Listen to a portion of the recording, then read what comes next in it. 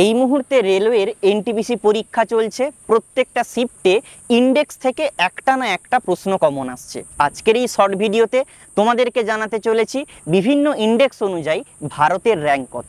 প্রথম ইন্ডেক্স যেটা বলবো, ওয়ার্ল্ড প্রেস ফ্রিডম ইন্ডেক্স। এই র্যাঙ্ক অনুযায়ী ভারতের স্থান 151তম। এনভায়রনমেন্টাল পারফরমেন্স ইন্ডেক্স অনুযায়ী ভারতের স্থান 176তম।